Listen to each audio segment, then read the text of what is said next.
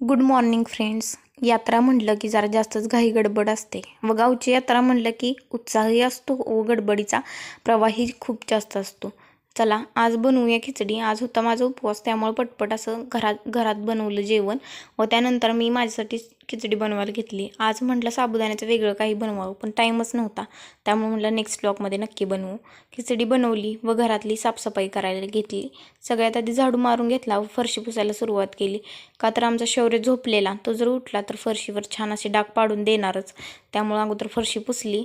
नंतर तो उठला तोपर्यंत त्याला एक पेरू चिरून दिला. छान असा पेरू धुतला व चिरून दिला. ऑर्गॅनिक पद्धतीने पिकवलेलं कोणतंही फळ नेहमी छानच लागतं, मग तो पेरू असो व आंबा. त्यानंतर मी माझं पुढचं काम करायला लागले.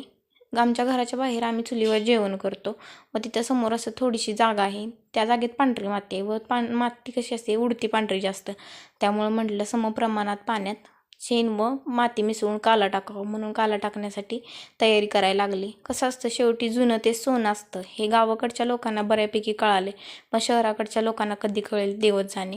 चला आपलं आपण काम करून घेऊ. त्यानंतर इव्हिनिंगचा नाश्ता करायचा होता. आज म्हटलं नाश्त्याला मॅगीच करते. छान अशी कांदा व टोमॅटो वापरून मॅगी केली. रात्रीचं जेवण झालं. यात्रेमुळं मेहंदीचा कार्यक्रम पक्का होता. शौरीची आत्तू आलेली, म्हणजेच रिया, तो तिच्या हाता बघा किती छान मी मेहंदी काढली. छान अशा पोज देत आजचा ब्लॉग संपला. बाय.